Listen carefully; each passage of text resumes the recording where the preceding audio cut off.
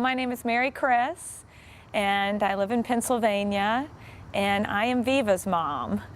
In 2004, while riding my bike cross-country on my honeymoon, a tandem bike, we discovered that I was pregnant. On the day that the Tour de France started, July 3rd, 2004, I took a pregnancy test in Des Moines, Iowa, and found out that I was pregnant. And it was quite a surprise. And at the same time, here I am riding my bike across the country and wasn't tired, you know, maybe had some hormonal episodes, but the clues weren't really there for me, so it was quite a surprise. But the other thing that happened along that bike ride is I discovered that a mole had changed on my hip. And I actually saw 3 different doctors that said, oh, it's nothing to worry about. Moles change during pregnancy. And it's probably just a hormonal change, and it's nothing to worry about. But in my gut, I just felt like it was something that I needed to show to a dermatologist. So my first week on the job as a new professor at California University of Pennsylvania, I went to see a dermatologist. And that doctor even said, 99 out of 100 people I would send home today. And I just have a hunch that I need to do a biopsy. And because I was pregnant, he had to do it a different way, and I was by myself. And still at that moment, didn't think for a second that it could be skin cancer, you know, and just went through with the test. And the next week I called to talk with them about changing my appointment. And they actually, my follow-up appointment, and they actually said the doctor would like to talk to you. Still not thinking anything. And he got on the phone and said, you have melanoma. And I guess I was just naive, hadn't tuned into the information related to skin cancer. And as he's talking to me on the phone, I'm on the internet punching in melanoma. How do you spell melanoma? And the first thing that came up on the computer screen was melanoma can lead to death. And I didn't hear anything else he said. And called my mom, and called my dad, and called my sister and my husband, and no one was available.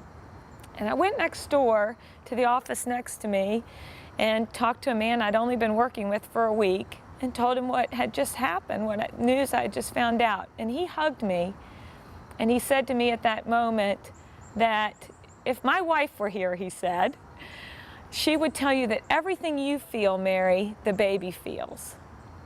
In that moment, I believe everything happens for a reason, but at that moment, it set the stage for what was to come. I knew that I couldn't feel sorry for myself. I couldn't cry, I couldn't mope, I couldn't say, why me? Because my baby would be feeling it all.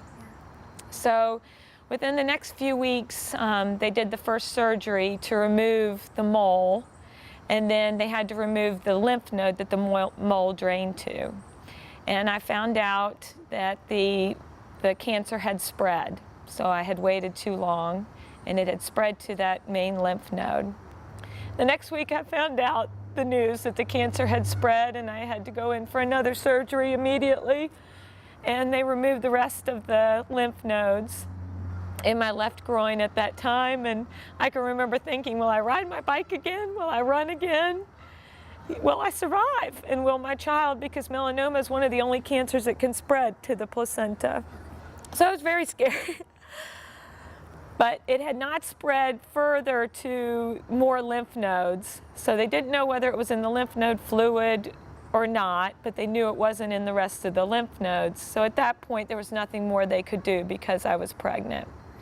And so there was still the time periods of why me, but through it, I kept thinking, this has to be happening to me for a reason.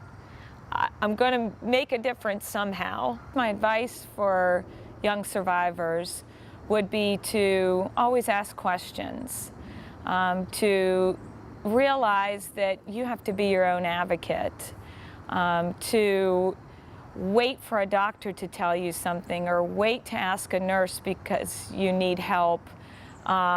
isn't the right choice. You have to be your own advocate. You have to ask the questions. You have to ask for help. And that extends out to your caregiver group as well. You can be very emotional. Sometimes the perception that people have of you is that you are very strong, but hidden within you is someone who's scared. And it's okay to express those feelings, whether it's to your caregiver group or as well to your doctors and your nurses. So I think asking questions, asking for help, it's okay. You know, those people are there to help you, whether it is the medical field or your family, they want to help you. And sometimes they don't know how. And they don't know what questions you have, and they don't know what your concerns are. So if you can express those things, I think that's what's important. Here we are, celebrating Doug Ullman's foundation. To be a part of that, it's just perfect timing, perfect name.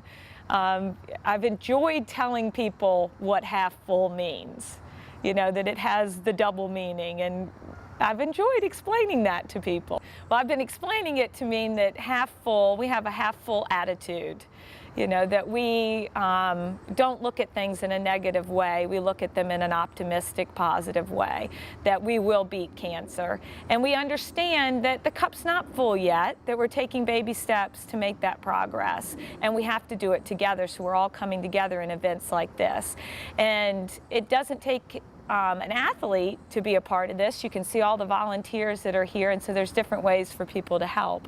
And then half full as well, being the half Ironman distance or the half ultra triathlon distance. So, and for me, half full means I've got a daughter to raise, and I don't want her to ever be impacted by cancer. My grandmother had breast cancer, my mom had breast cancer, I've survived melanoma, and I just hope my daughter doesn't have to touch either one of them, doesn't ever have to experience either one of them. But I can tell you how proud I am to be a member of the cancer survivor subculture in a way, and for my daughter to recognize that